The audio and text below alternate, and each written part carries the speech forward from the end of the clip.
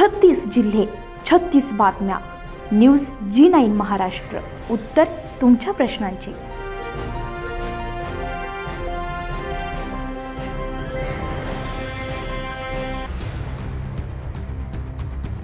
फतेहपूर ते बोदवड या रस्त्याचं काम सध्या सुरू असून ठेकेदाराकडून करण्यात येत असलेल्या निष्काळजीपणामुळे वाहन चालकांना मोठा त्रास सहन करावा लागतोय.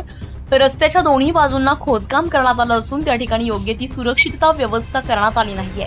तसेच धुळीवर नियंत्रण ठेवण्यासाठी पाण्याची फवारणी देखील केली जात नसल्यानं नागरिकांना धुळीचा मोठा त्रास सहन करावा लागतोय.